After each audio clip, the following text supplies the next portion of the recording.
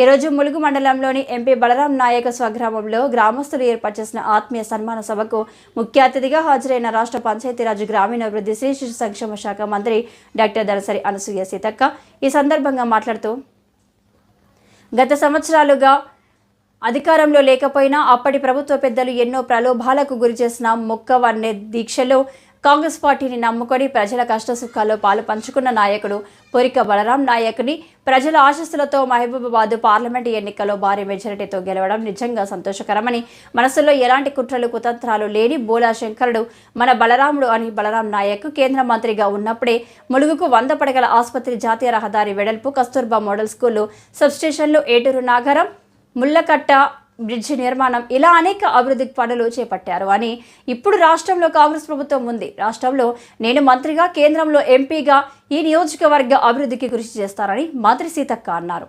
ఈ కార్యక్రమంలో వివిధ శాఖల అధికారులు, ఉద్యోగులు, ఉపాధ్యాయులు, కాంగ్రెస్ పార్టీ జిల్లా, బ్లాక్, మండల కాంగ్రెస్ నాయకులు, గ్రామ నాయకులు, కార్యకర్తలు తదితరులు పాల్గొన్నారు.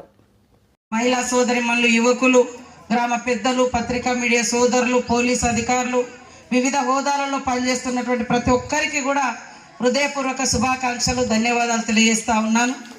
ఈరోజు మారుతున్న సమాజానికి అనుగుణంగా మన చదువు విషయంలో కానీ, మన ఎదుగుదల విషయంలో కానీ ఖచ్చితంగా మారుతున్నప్పుడు మరి మనం కూడా ఈ సమాజంలో భాగమవుతాం. మనం ఎంత సంపాదించినా, ఎంత గొప్ప పేరు వచ్చినా కానీ పుట్టిన జన్మభూమిని మాత్రం ఎప్పుడు మర్చిపోకుండా మీరు ఎంత పెద్ద స్థాయిలో ఉండండి కానీ ఊరికి మాత్రం వస్తూ పోతూ ఉండాలి. మనం సంపాదించిన దాంట్లో ఒకప్పుడు మన తాత ముత్తాతలు చాలా కష్టాలలో ఉండేది, లేదా మన తల్లిదండ్రులు కూడా చాలా కష్టాలలో ఉండేది.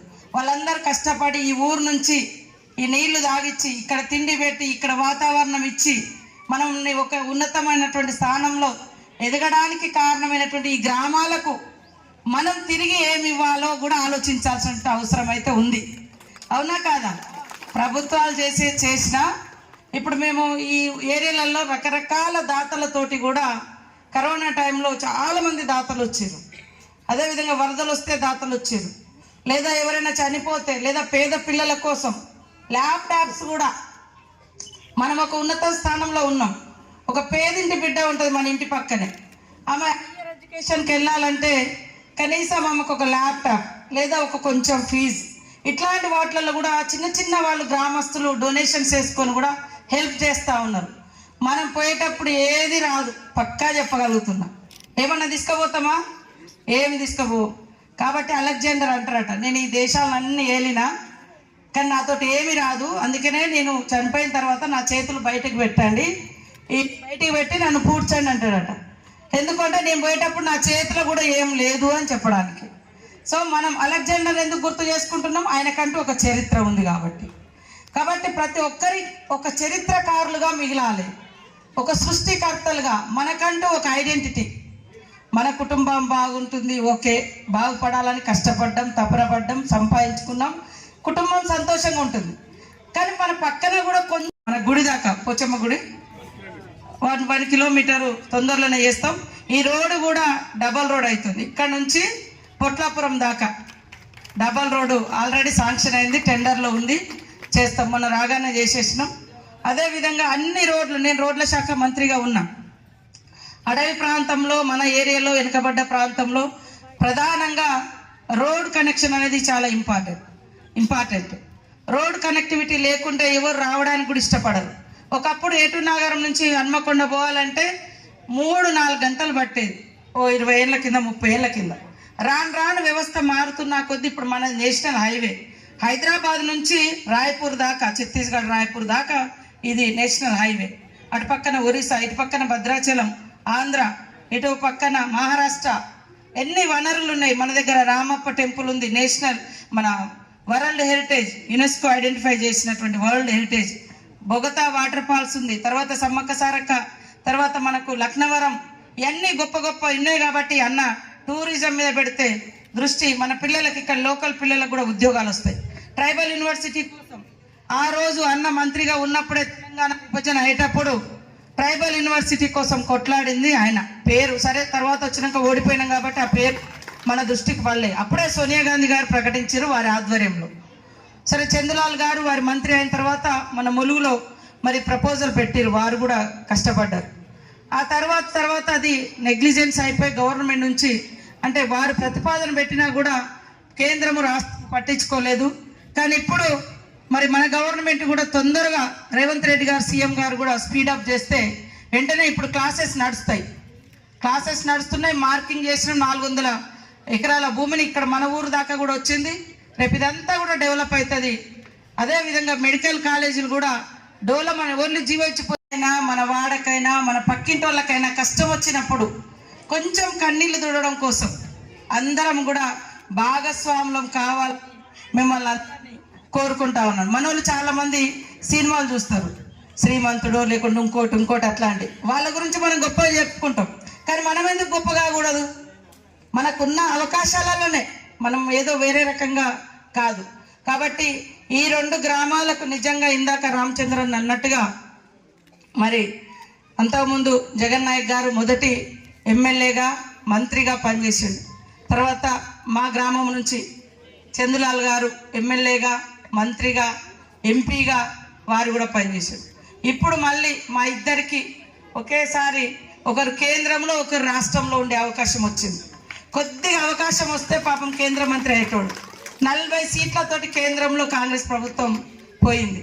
వాస్తవానికి స్టార్ట్ అయ్యేటప్పుడు మనోళ్ళు మనం రాగలుగుతామా ఇన్ని సీట్లు అనుకున్నారు.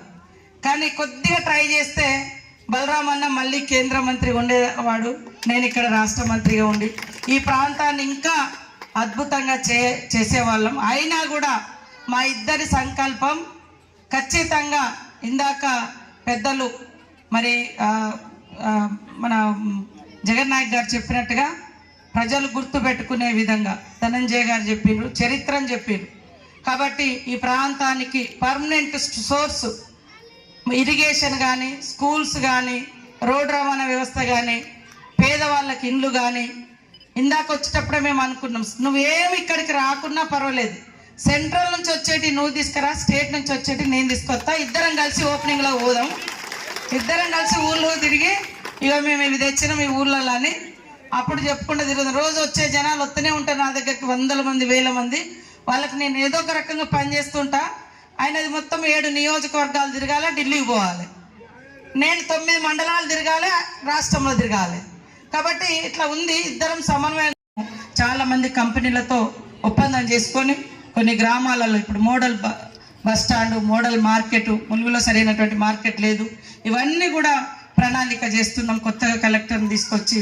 కాబట్టి మీరందరు ఇక్కడ ఉన్నటువంటి గ్రామ బిడ్డలందరూ కూడా మాకు సహకరించి మనందరి ఈ గవర్నమెంట్కి సపోర్ట్ చేస్తూ గవర్నమెంట్ ద్వారా వచ్చేటువంటి ఏ పనైనా కూడా మీ అందరికీ ఉపయోగపడే విధంగా చేస్తానని మరి మన మధు కూడా నా దగ్గరకు వచ్చిండు. మధు వాళ్ళన్న మీ చెప్పగానే మదనపల్లి అనగానే లోకల్గా ఈ అనగానే నా శాఖలో ఉన్నది, నాకు అవకాశం ఉన్నంతలో తనకు అందుబాటులోకి వచ్చేటట్టుగా సహకారం చేసిన యాజ్ పర్ రూలే. కానీ మన ప్రాంతం వాళ్ళు అనగానే ఎవరికైనా ప్రాంతం ప్రీతి ఉంటుంది, అభిమానం ఉంటుంది. కాబట్టి తప్పకుండా మన పుట్టి పెరిగిన ప్రాంతాలు, మనల్ని కన్న తల్లిదండ్రులను ఎప్పుడు కూడా మర్చిపోకూడదని తెలియజేస్తాం. ఇవాళ ఎంత గొప్ప గొప్ప ఉద్యోగాలలో ఉన్నా తల్లిదండ్రులను అనాథలుగా పెట్టకూడదు. ఈరోజు నువ్వు గొప్ప స్థానంలో ఉండడానికి కారణం నిన్ను కన్ని పెంచిన తల్లిదండ్రులు. వాళ్ళు లేకుంటే నువ్వెవరో కూడా లేదు. వాళ్ళు కనీసం విద్యాబుద్ధులు నేర్పకుండా నువ్వు ఈ స్థాయిలో వచ్చేవాళ్ళం కాదు. కాబట్టి తల్లిదండ్రులను కాపాడుకోవాలి, ఉన్న ఊరును కాపాడుకోవాలి. ఉన్న ఊర్లో నేను చూస్తా ఉన్నా కొంతమంది చనిపోతే సరే దురదృష్టవశాత్తు ఎక్కడో దానం చేస్తారు, పడేస్తారు. కరోనా అప్పుడైతే తల్లిదండ్రులు అంటే చనిపోతే ముఖం కూడా చూడడానికి కూడా రానటువంటి సిచ్యువేషన్ ఆ రోజు. అంటే పరిస్థితులు అంత భయంకరంగా, బంధాలు అనుబంధాలు కూడా తెంచేసినాయి. కాబట్టి ఉన్నంతకాలం ప్రేమ, అనురాగాలు, ఊరు అభివృద్ధి, తల్లిదండ్రుల బాగోగులు, మానవత్వంతో కూడినటువంటి జీవనాన్ని కొనసాగిస్తే ప్రజలలో శాశ్వతంగా ఉండిపోతాం.